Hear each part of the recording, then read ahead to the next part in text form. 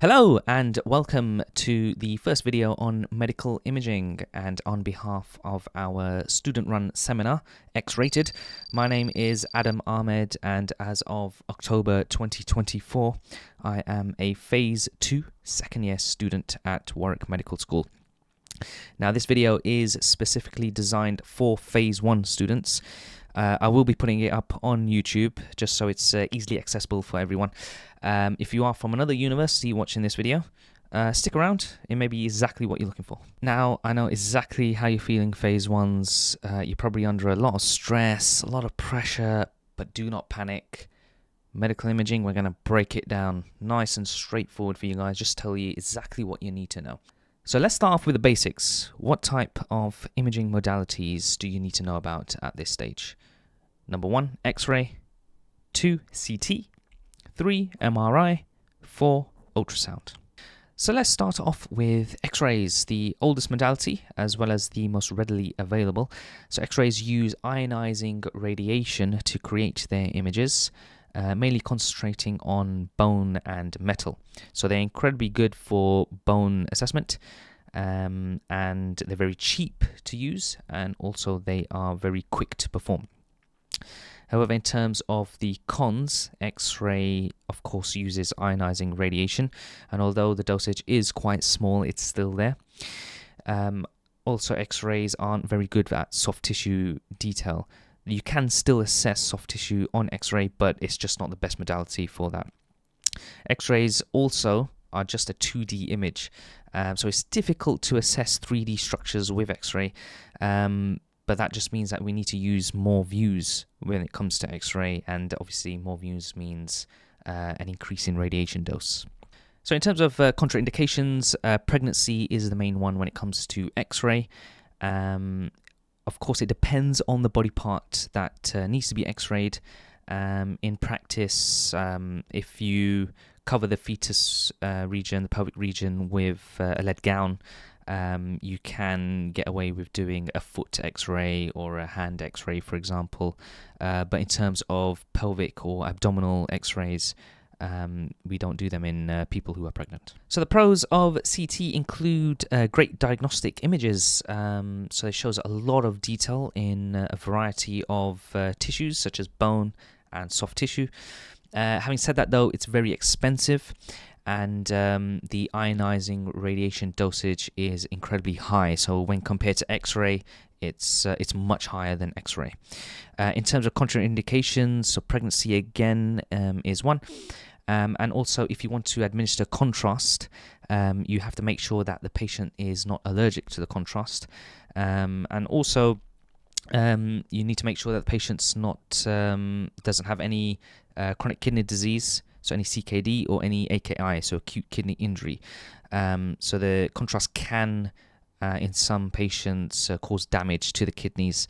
Therefore, we don't want to kind of cause any contrast-induced neuropathy. So moving on to MRI, and MRI is a bit different to X-ray and CT. So it doesn't use any radiation. It uses big-ass magnets. I don't know how these magnets work, okay?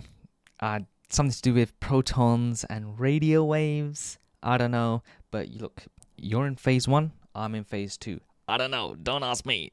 A big pro of MRI is, of course, that it uses no radiation. So no chance of Chernobyl Part 2 occurring. And also the soft tissue detail that MRI picks up is great. So it's really good for ligaments, tendons, and cartilage. However, MRIs are very slow to perform, and they are incredibly expensive to run. Contraindications include metal implants such as pacemakers and joint replacements. Makes sense. You don't want to walk into a room with a massive magnet and then your leg goes flying off because you had a knee replacement. Last but not least, we have ultrasound. Now, ultrasound, similar to MRI, it does not use radiation. However, with ultrasound, it uses sound waves to create the image.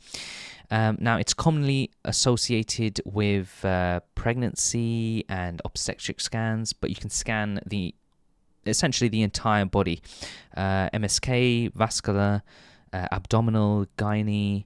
even small parts such as testes and neck. So another pro of ultrasound is its real-time imaging ability, which means that you can create continuous live images as you are assessing. So for example, you can assess blood flow within an artery using Doppler techniques, and as soon as that color box goes on, you know whether there's an occlusion or a stenosis or not. Now with CT of the arteries, you can still detect if there's filling defects or not, but you have to wait for the image to kind of generate and be acquired, and that can take a few minutes. Also, ultrasound's very portable, so with the other modalities, they're fixed machines, they're quite big, you can't really move them anywhere, whereas with ultrasound, these days you can even have it on your phone. One con for ultrasound is that it's operator dependent.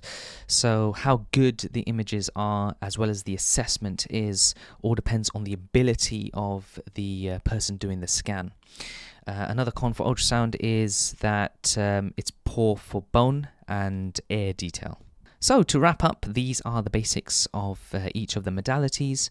I suggest going through them a couple of times, not only because you may get a question on these in your exam, but you may kind of get a question in these during bedside teaching sessions where, depending on the doctor you have, they may put an X-ray in front of you and ask you loads of questions. So it's good to kind of get an understanding now. So here's a table of everything summarized. You can pause the video here, take a screenshot, pop it into your notes or into Anki. So over the next few blocks, I'll release a couple more videos, mainly focusing on pathologies when it comes to each of the modalities, and possibly some guidance on medical imaging questions that you're struggling with.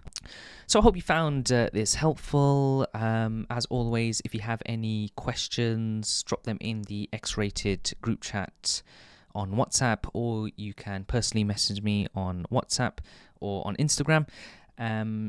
Enjoy consolidation week, and I will see you at the end of block 2.